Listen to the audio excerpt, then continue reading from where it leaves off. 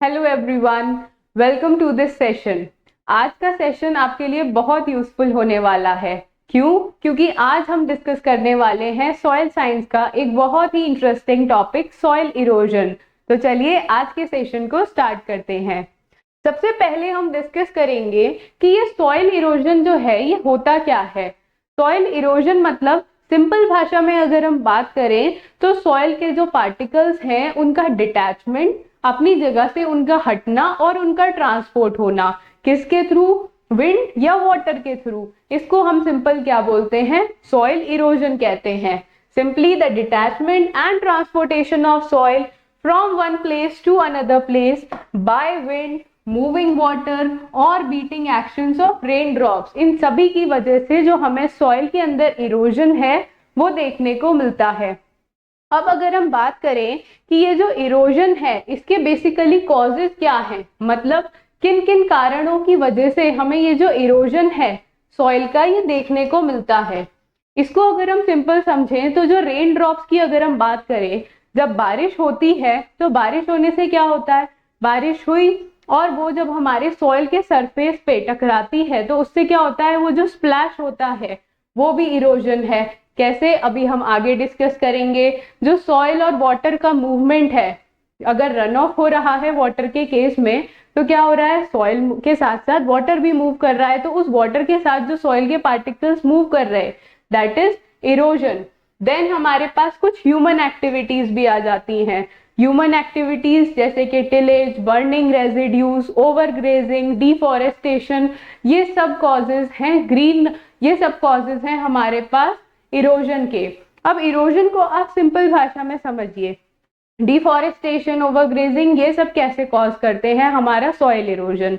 Normally अगर हम देखें कि जो भी एरिया है, अगर कोई लैंड है वो वेजिटेशन से कवर है, अच्छा उसके ऊपर वेजिटेटिव ग्रोथ है, तो वहां इरोजन होने के चांसेस कम हो जाते हैं as compare to the barren land.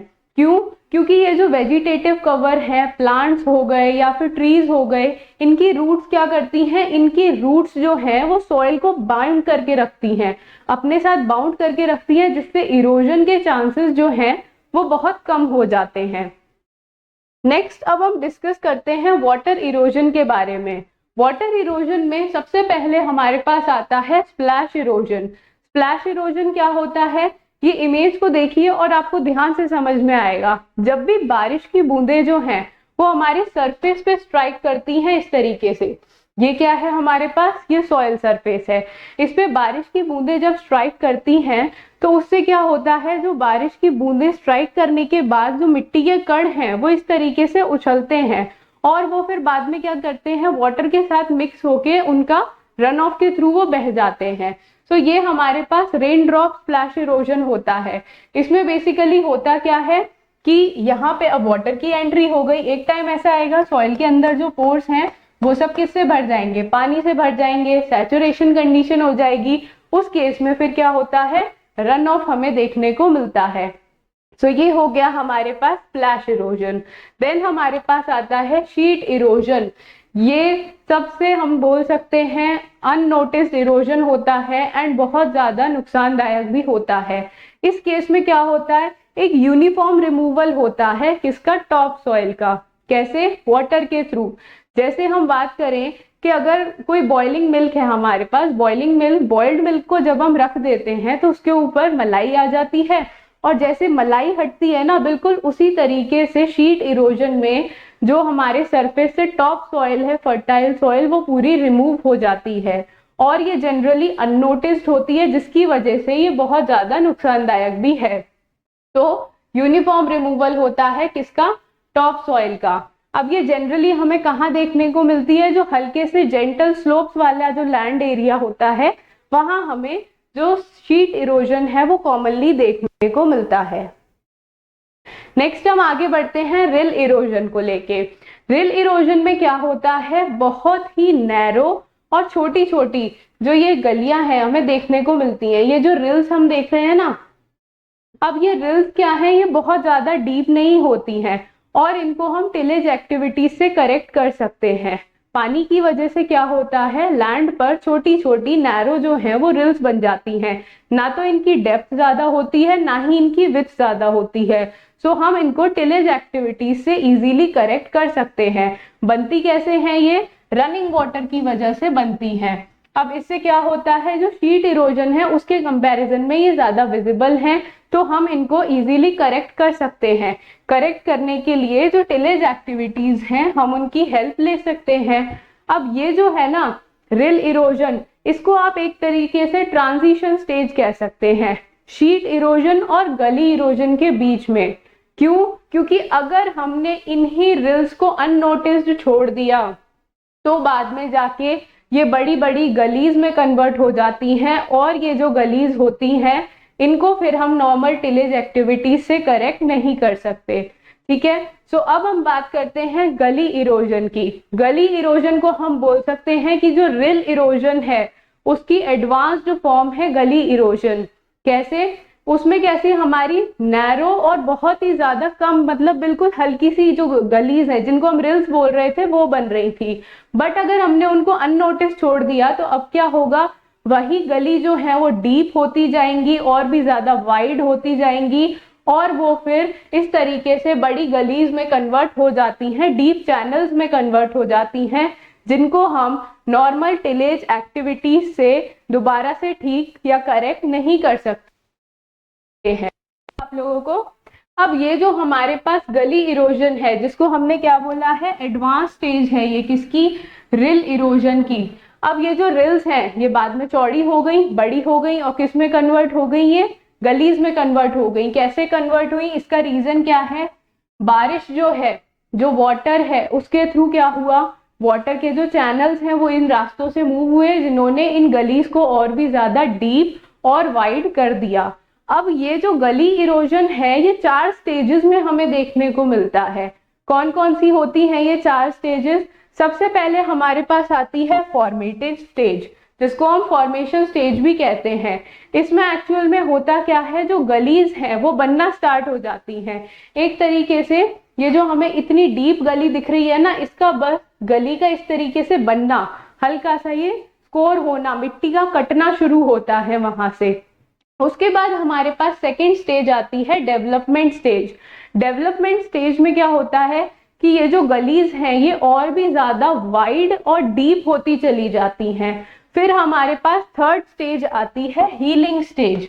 अब इस स्टेज में क्या होता है, ये गलीज तो बन गई हैं बड़ी बड़ी, अब इन गलीज में जो वेजिटेटिव ग्रोथ है, पेड़ पौधे जो झाड़ वगैरह होती हैं वो सब उगी हुई हमें देखने को मिलती हैं। सो वेजिटेशन जो है वो ग्रो होना स्टार्ट हो जाती है इन गलीज में। देन हमारे पास फोर्थ स्टेज आ जाती है स्टेबलाइजेशन। इस स्टेबलाइजेशन में जो हमारी गलीज बन के रेडी हुई हैं, ये जो गलीज हैं इनके प्रॉपर कटाव या प्रॉपर स्लोप जो हैं वो डेवलप हो जाते हैं, अच्छे से जो वेजिटेशन है उसने इन्हें कवर कर लिया होता है। सो ये हो जाता है गली इरोजन, और ये जो इरोजन है ये बहुत ज्यादा सीवियर होता है, इसीलिए हमने इसको एडवांस फॉर्म बोला है रिल इरोजन का, जिसे हम टिलेज एक्टिविटी से करेक्ट नहीं कर सकते। आगे बढ़ते हैं, नेक्स्ट है हमारे पास क्लासिफिकेशन ऑफ गलीज। अब ये जो गली इरोजन है इसमें हमने गलीज को क्लासिफाई किया है किस बेसिस पे, कि कितनी इनकी डेप्थ है, इनकी विड्थ कितनी है और स्लोप कितना है। उसके बेसिस पे अगर हम देखें तो हमारे पास 4 टाइप की गलीज होती हैं। फिर हमारे पास आती है स्मॉल गली, देन हमारे पास मीडियम गली, और फिर आती है डीप एंड नैरो गलीज। सबसे पहले जो वेरी स्मॉल गलीज होती हैं इनकी डेप्थ लगभग 3 मीटर तक होती है, जो इनकी विड्थ होती है वो 18 से ज्यादा नहीं होगी, 18 मीटर से ज्यादा इनकी चौड़ाई नहीं होगी, और इनका जो स्लोप है वो वेरी करता है। फिर हमारे पास आ जाती हैं स्मॉल गलीज, इनकी भी डेप्थ तो 3 मीटर तक ही होती है, बट ये वाइड होती हैं, 18 मीटर से ज्यादा इनकी विड्थ हमें देखने को मिलती है, और इनका जो स्लोप है वो स्लोप जो है वो 8 से 15% तक होता है। देन हमारे पास आ जाती है मीडियम गलीज। मीडियम गलीज की अगर हम बात करें तो ये 3 से 9 मीटर तक इनकी डेप्थ देखी जाती है, और जो इनकी विड्थ है वो भी 18 मीटर से कम नहीं होनी चाहिए, और जो इनका साइड स्लोप है वो 8 से 15% तक वेरी करता है। देन हमारे पास आती हैं डीप या नैरो गलीज, ये 9 मीटर से ज्यादा गहरी जो गलीज हैं वो हैं। साथ ही साथ इनकी जो विड्थ है वो वेरी करेगी, और इसके साथ साथ जो इनका स्लोप है वो भी वेरी करता है, क्योंकि ये काफी ज्यादा डीप और नैरो गलीज हैं। इतना क्लियर हुआ आप सभी को क्लासिफिकेशन ऑफ गलीज में। नेक्स्ट हम डिस्कस करने वाले हैं जो हमारे पास स्ट्रीम चैनल इरोजन है। ये भी हमारे वाटर इरोजन का ही एक पार्ट है। इसमें एक्चुअली होता क्या है, जो फ्लोइंग वाटर है, अब स्ट्रीम चैनल में आप ये समझिए जैसे कोई जलधारा है या फिर कोई नदी है या कोई फ्लोइंग वाटर है हमारे पास, उसके थ्रू जो हमें इरोजन देखने को मिलता है सॉइल का, वो बेसिकली क्या है, हमारे पास स्ट्रीम चैनल इरोजन हो जाता है।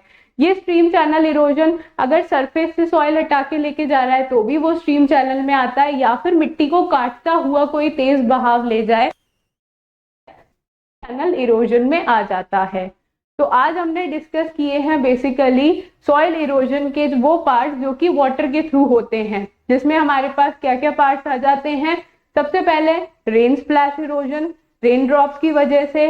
देन हमारे पास शीट इरोजन हो गया। फिर उसके बाद हमने देखा रिल इरोजन, जो कि एक तरीके से क्या है, ट्रांजिशन स्टेज है, किसके बीच में, शीट इरोजन और गली के बीच में। देन रिल के बाद हमने डिस्कस क्या किया है, गली इरोजन, और उसके बाद हमने डिस्कस किया है स्ट्रीम इरोजन। आई होप आपको ये जो इरोजन वाला पार्ट है, वाटर के थ्रू जो सॉइल का इरोजन होता है, वो क्लियर होगा। सो मिलते हैं नेक्स्ट सेशन में।